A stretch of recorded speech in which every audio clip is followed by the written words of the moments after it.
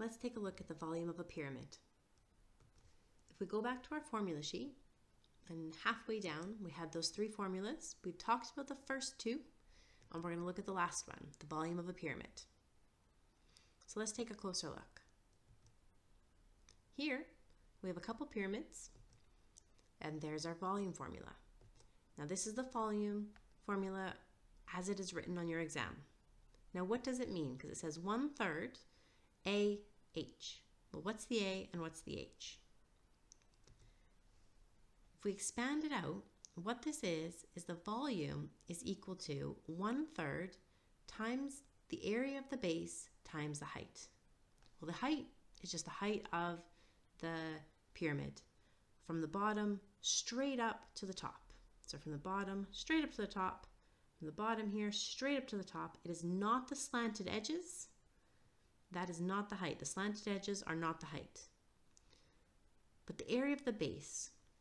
Now the area of the base is the bottom of the pyramid. So when we looked at our cones, the bottom of the cone was circular. Here we have the bottom of our pyramids that could be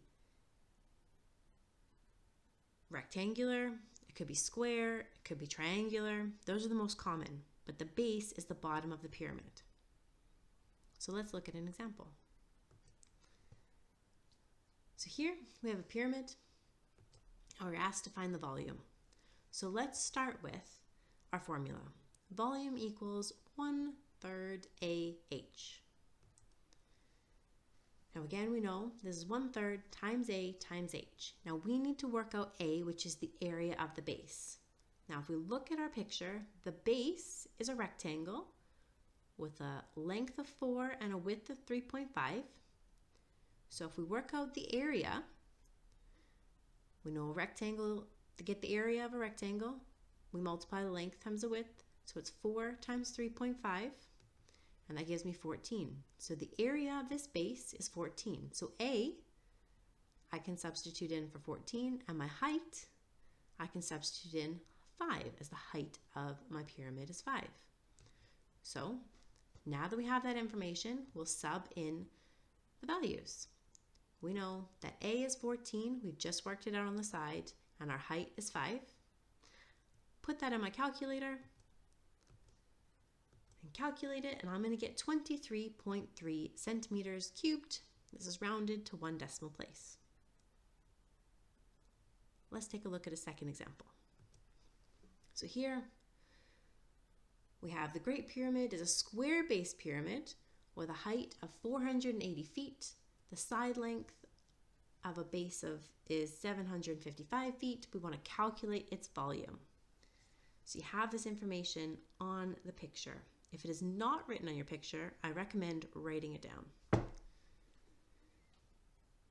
So we'll start with the volume formula. So we know it's 1/3 times A times H. Now let's work out A first. A is the area of the base. They have already stated that the base is square base. So it's a square base pyramid.